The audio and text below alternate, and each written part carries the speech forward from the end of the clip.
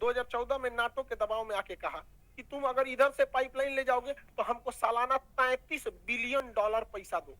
तो रूस ने कहा ठीक है दे देंगे। तो ससुरा 33 बिलियन डॉलर तुम पैसों वो लोगे और नाटो में शामिल भी हो जाओगे, यूरोपीय यूनियन में शामिल भी हो जाओगे और रूस से संबंधों नहीं रखोगे। तो हमारे यहाँ कहावत कहा जाता है ना, पानी में उतर के मगरमच्छ से बैर कीजिएगा तो मर के आइएगा।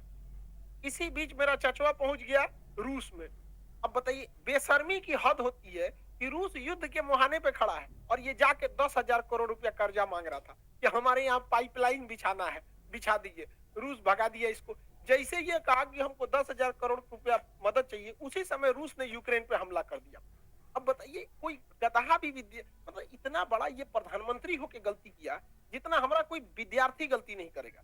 रूस देखिए इसका सबसे ज्यादा जो व्यापार होता है पाकिस्तान का वो यूरोपीय यूनियन से होता है या अमेरिका से होता है, इन देशों से होता है। इसे आर्थिक मदद में आईएमएफ देती है, वर्ल्ड बैंक देती है, जापान देता है, जो सब अमेरिका के फेवर में है। फिर भी अमेरिका के खिलाफ केवल जा रहा है मीटिंग करने के लिए।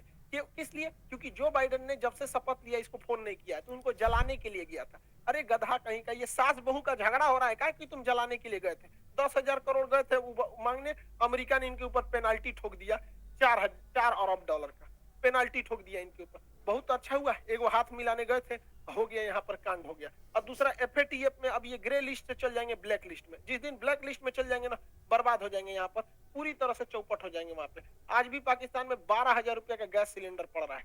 अब 12,000 रुपए में गैस सिलेंडर पड़ रहा है, जिस दिन ये एफएटीएफ के ब्लैक लिस्ट में जाएंगे ना उस दिन ये 20,000 चल जाएगा। आईएमएफ पे अमेरिका का दबाव है, वर्ल्ड बैंक पे अमेरिका का दबाव है। अमेरिका घुसिया गया है ये मीटिंग देखकर कि चोट्टा तुमको इसी बीच में जाना था यहाँ पर। कौन गधा है रे तुम्हारे यहाँ सुरक्षा सलाहकार? ओकरा कोनो बुद्धि नहीं है का? इतना बेवकूफी तो कोई नहीं करेगा। इसने क्या किया है? सांड को लाल कपड़ा दिखाया। मिला क्या है इसको कि रूस ने, राष्ट्रपति ने कहा था कि जो हमारे पास आएंगे उनको कोरोना का आरटीपीसीआर टेस्ट कराना पड़ेगा। दुनिया का सबसे महंगा टेस्ट इन्हीं का हुआ है। गए हैं, आरटीपीसीआर टेस्ट कराए हैं, हाथ मिलाए हैं, मिला कुछ नहीं है, उल्टे 4 अरब रुपया का इनके ऊपर पेनाल्टी ठोक दिया है। यानी आरटीपीसीआर का रेट इनका 4 अरब डॉलर बन गया। अरे यार तुम्हारे देश की जनता सुन रही, तुम्हारे यहाँ कोई बढ़िया बताने बताने वाला नहीं है क्या? टीचर उचर नहीं है तुम्हारे यहाँ? तो इसको 2-4 हाथ देने लायक है। तो बिगड़ गया है मेरा। अमेरिका ने भारत पर दबाव बनाया कि यूएनओ में आप हमारा सपोर्ट कीजिए, क्योंकि भारत 2 साल के लिए यूएनओ के अस्थायी सदस्य है यहाँ पर। अब इसमें भारत ने वोट ही नहीं दिया, कहा कि ना हम रूस की ओर से ना यूक्रेन की ओर से। तो रूस ने कहा थैंक यू भैया, तुमने नहीं दिया, बहुत अच्छा हुआ। चाइना ने भी कहा हम भी वोट नहीं देंगे। यूएई ने कहा हम भी नहीं देंगे। अमेरिका कह रहा है ये तुम काहे लिए ऐसा बोल रहा है? अब यूएई ऐसे अरब देश ज्यादातर अमेरिका के फेवर में होते हैं, फिर भी यूएनओ में अरब देश ने इनका साथ नहीं दिया। तो ये सोचने वाली बात है कि आखिर ऐसा क्यों हुआ। तो समझिए इसके पीछे का मेन रीजन क्या है। देखिए सऊदी अरब, यूएई जो है यहाँ पर स्थित है। यूएई के नीचे यमन है, यमन में हैती विद्रोही है सब, और इन विद्रोहियों को ईरान का साथ प्राप्त है, ईरान का साथ प्राप्त है। अगर यूएई रूस के खिलाफ जाएगा तो रूस की दोस्ती है ईरान से, वो ईरान को फोन करेगा, ईरान हैती विद्रोहियों को फोन करेगा, हैती विद्रोही यूएई को बजा देगा सब पकड़ के। तो एक रीजन ये है। दूसरा रीजन ये है कि ईरान के पास भी पेट्रोलियम है, रूस के पास भी पेट्रोलियम है और यूएई के पास भी पेट्रोलियम है। तो इन्हें दोस्तों को साथ में रख के पेट्रोलियम के लेवल को, मतलब प्राइस को कंट्रोल करने में भी मदद मिलेगी। अमेरिका इजराइल पर भी दबाव बना रहा है कि इजराइल यहाँ पर सीरिया में बम्बार्डमेंट कर दे ताकि रूस का ध्यान भटक जाए, लेकिन इजराइल ऐसा करने से मना कर दिया है। क्यों? क्योंकि सीरिया में S-400 मिसाइल सिस्टम तैनात है और यहां से अगर इजराइल को आगे बढ़ना होता है तो रूस से परमिशन लेना होता है। और अगर रूस से दुश्मनी लेगा इजराइल अमेरिका के चक्कर में आके तो रूस इनका भी उपाय कर देगा। सीरिया के बगल में है लेबनान, लेबनान में हिजबुल्ला नामक आतंकवादी संगठन है, हिजबुल्ला नामक आतंकवादी संगठन है।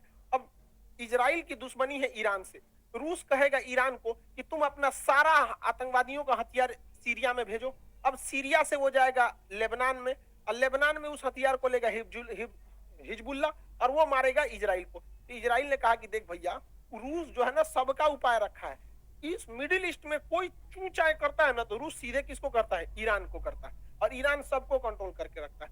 हालांकि यूक्रेन के जो प्रेसिडेंट है जेलेंस्की वो भी ज्यूज यानी यहूदी हैं और इजराइल भी यहूदी है। अब ये उसका मदद नहीं कर रहा क्योंकि भैया देश सर्वोपरि होता है, अपने देश को कैलिए हम रिस्क में डालेंगे और देश यहाँ पे। अब ये यूक्रेन का बड़बोलापन था जो ईयू तक तो सीमित था, लेकिन नाटो में गए, अब लड़िए यहाँ पर। अब यूक्रेन को तो छोड़ेगा नहीं रूस, जो फाइनल है। अब वहां के लोगों को सफर करना पड़ता है, वहां के लोग काफी बहादुरी से लड़ रहे हैं। हम उनके लोगों की भावना इज्जत करते हैं, उनकी भावनाओं का। उनके सैनिक